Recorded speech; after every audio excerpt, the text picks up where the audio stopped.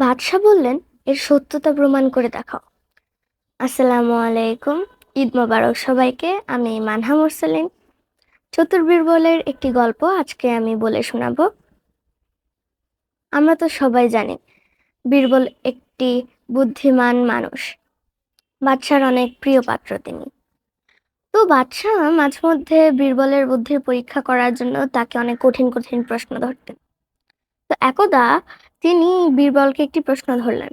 সেটা ছিল, বলো তো বীরবল, কোনো প্রাণীর কাছে নিজের জীবনের নাকি নিজের সন্তানরা প্রিয়? হুম, তখন বীরবল বললেন, বাদশাহ, অবশ্যই নিজের জীবন সবচেয়ে দামি এবং নিজের জীবন প্রিয়। বাদশাহ বললেন, প্রমাণ করে দেখো, এর সত্যতা প্রমাণ করে দেখাও। বীরবল বললেন, আচ্ছা, কাল সকালে সকালে আমি আপনাকে আপনার নিজস্ব চিড়িয়াখানায় নিয়ে যাবো। সেখানে গিয়ে আমি সত্যতা প্রমাণ করে দেখাবো। পরদিন সকালে বীরবল রাজাকে মানে বাদশাকে নিয়ে গেলেন চিড়িয়াখানায়। সেখানে যে তিনি হাঁটতে লাগলেন, ঘুরে বেড়াতে লাগলেন। কিছু দূর যেতে যেতে একটি বাদর মা এবং দুটি সন্তান বাদরকে দেখা গেল। তো তারা গাছে বসেছিল। বীরবল কিছুক্ষণ চিন্তা করলো, দিয়ে হুট করে ছিনিয়ে নিল বাচ্চাগুলোকে এবং পাশে একটি গভীর গর্ত ছিল, সেখানে ফেলে দিল বাচ্চাগুলোকে। তার এরকম কাজ দেখে বাদশা তো রেগে গেলেন। বললেন, বীরবল, এ কেমন আচরণ তোমার?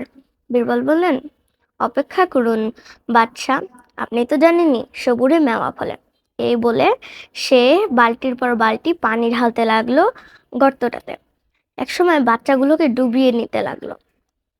তাই দেখে মা বাদরটি পানিতে ঝাঁপ দিল বাচ্চাগুলোকে বাঁচাবার উদ্দেশ্যে। তো বীরবল তখনও পানি ঢেলে যাচ্ছে। আস্তে আস্তে যখন গর্তটা পুরা ভর্তি হয়ে যাচ্ছে, তখন মাটাও আর বেঁচে থাকতে পারছে না, ডুবে যাচ্ছে। তখন মাটা বাচ্চাগুলোকে ছেড়ে দিয়ে নিজের জীবন বাঁচানোর জন্য উঠে পড়ে লেগে গেল। নিজের জীবন বাঁচাতেই হবে। এটা দেখে বাদশা অবাক হলেন। সত্যিই তো তাই, নিজের জীবন সবচেয়ে দামি। আমার গল্প এখানেই শেষ হলো। তো আমরা এর থেকে শিখতে পারলাম যে নিজের জীবন সবচেয়ে দামি। আমরা সুস্থ থাকবো, সবাই নিজের শরীরের খেয়াল রাখবো।